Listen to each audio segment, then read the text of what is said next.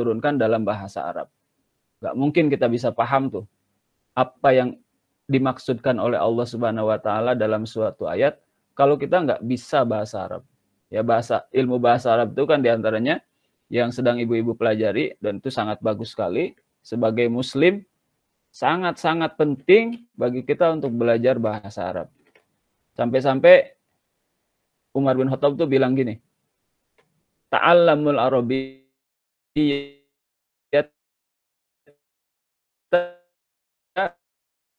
fa'innaha nisfun min dinikum. Dari agama. Yang pertama bahasa Arab yang harus dikuasai ketika kita ingin melakukan tafsirul Quran atau menjelaskan makna-makna Al-Quran atau membuat makna-makna Al-Quran itu menjadi jelas buat kita. Kita perlu pemahaman yang kuat terhadap bahasa Arab. Kemudian yang kedua, kita harus tahu ulumul Quran. Ulumul Quran itu adalah ilmu-ilmu yang terkait dengan Al-Quran. Contohnya misalnya asbabun nuzul, ya tadi. Kemudian nasikh wal mansukh. Nasikh itu artinya ayat-ayat yang menghapuskan, dan al-mansukh itu ayat-ayat yang dihapuskan, gitu misalnya.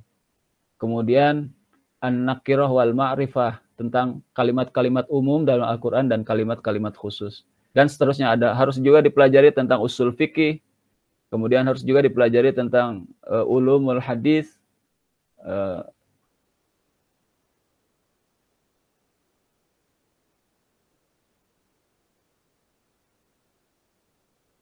dan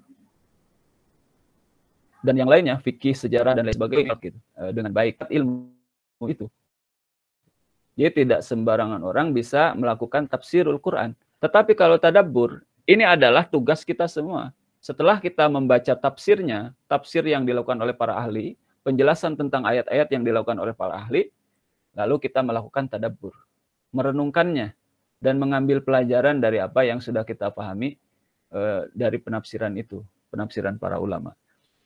Bahkan sebenarnya ayat Al-Quran itu, asal kita tahu bahasa Arab, kita paham artinya, apa maksudnya.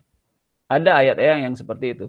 Ayat-ayat yang tanpa perangkat ilmu yang lain, cuma kita tahu bahasa Arab aja, itu kita udah langsung tahu maknanya. Seperti misalnya gini, wa aqimus shalah wa atuz zakah. Tegakkanlah salat, keluarkanlah zakat, atau tunaikanlah zakat. Itu kan gampang aja kita paham. Apa maksudnya? Oh, maksudnya Allah tuh nyuruh saya sholat, ya. Gitu. Oh, Allah itu nyuruh zakat. Kan itu gampang aja, asal kita tahu bahasa Arab, kita udah langsung paham tafsirnya. Bahwa itu tuh maksudnya itu. Gitu ya. Atau alhamdulillahirabbil alamin. Segala puji bagi Allah, Tuhan semesta alam. Itu kita juga udah tahu maknanya itu. Oh, segala puji itu bagi Allah. Jadi kalau orang muji kepada saya, sebenarnya pujian orang kepada saya itu adalah milik Allah Subhanahu wa taala. Gitu. Jadi ada ayat-ayat yang tanpa ditafsirkan lebih dalam, itu kita udah tahu maksudnya apa. Gitu. Asal kita bisa bahasa Arab. Nah, itu bisa kita tadabburi secara langsung. Gitu. Atau kalau kita nggak bisa bahasa Arab juga, bisalah kita melalui Quran terjemah. Quran terjemah juga kan ditulis oleh para pakar yang mendalami ilmu tafsirul Quran gitu. Jadi itu juga bisa kita pakai. Meskipun terjemah itu juga seringkali ada perbedaan-perbedaan. Sama, karena tafsiran orang itu juga terkadang bisa terjadi perbedaan-perbedaan seperti itu. Nah, begitu kalau tafsir itu harus dilakukan oleh para ahli, meskipun ada ayat-ayat yang bisa langsung kita pahami dengan mudah asal kita tahu bahasa Arab, tapi ada ayat-ayat lainnya yang itu memerlukan perangkat ilmu lain untuk memahaminya, gitu ya. Nah, kita mempraktekkan tadabbur itu semua orang harus, gitu. Malah di dalam Al-Quran kan ada ayat yang begini, mengatakan seperti ini. Afala yatadabbarunal Qur'ana am ala qulubin aqfaluha. Afala yatadabbarunal Qur'ana, apakah mereka tidak mentadabburi Al-Quran? Am ala qulubi qulubin akhfaluha. Apakah di dalam hatinya itu ada penutup-penutup sehingga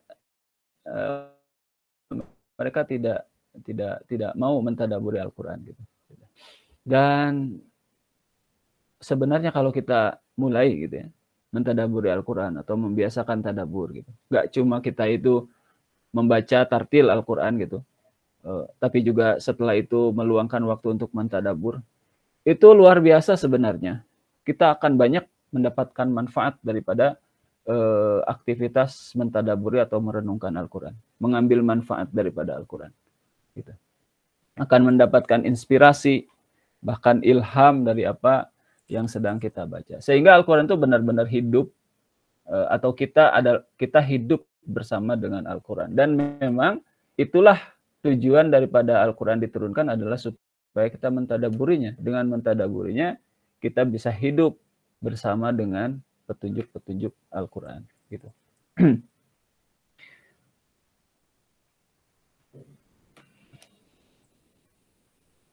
Nah itu tafsir dan tadabbur. Dan juga tadi perangkat-perangkat yang kita perlukan untuk melakukan tafsir ya, adalah tadi ilmu bahasa Arab, terutama ilmu bahasa Arab itu nahwu, shorof, ilmu balaghah ya. Ilmu balaghah itu terdiri dari ilmu ma'ani, ilmu badi' dan ilmu bayan gitu. Itu terkait dengan kejelasan makna Al-Qur'an, terkait dengan keindahannya, dan badi' itu terkait dengan keindahannya gitu. Dan terkait dengan maknanya gitu. Itu ilmu balaghah. Kemudian ulumul Quran, tadi ilmu tentang asbabun nuzul, ilmu tentang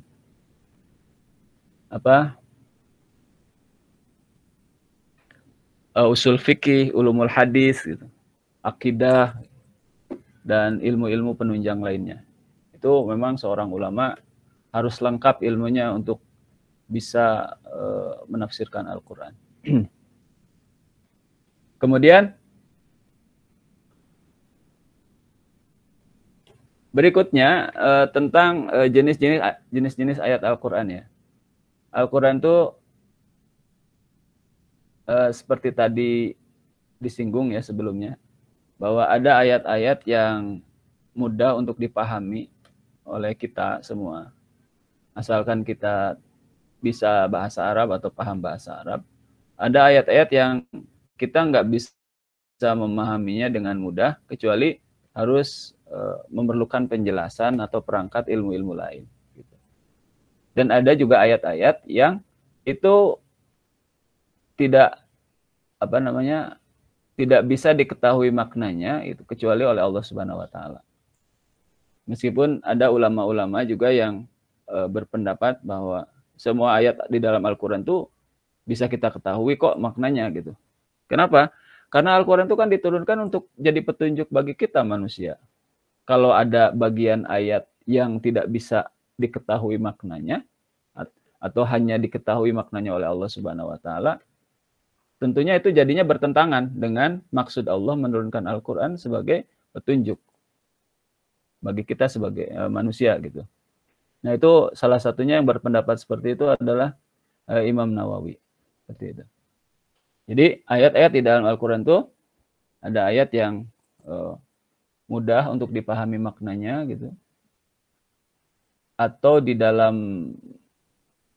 ilmu tafsir dikenal dengan ayat-ayat muhkamat. Ayat-ayat yang mudah dipahami maknanya gitu. Ada yang sebaliknya.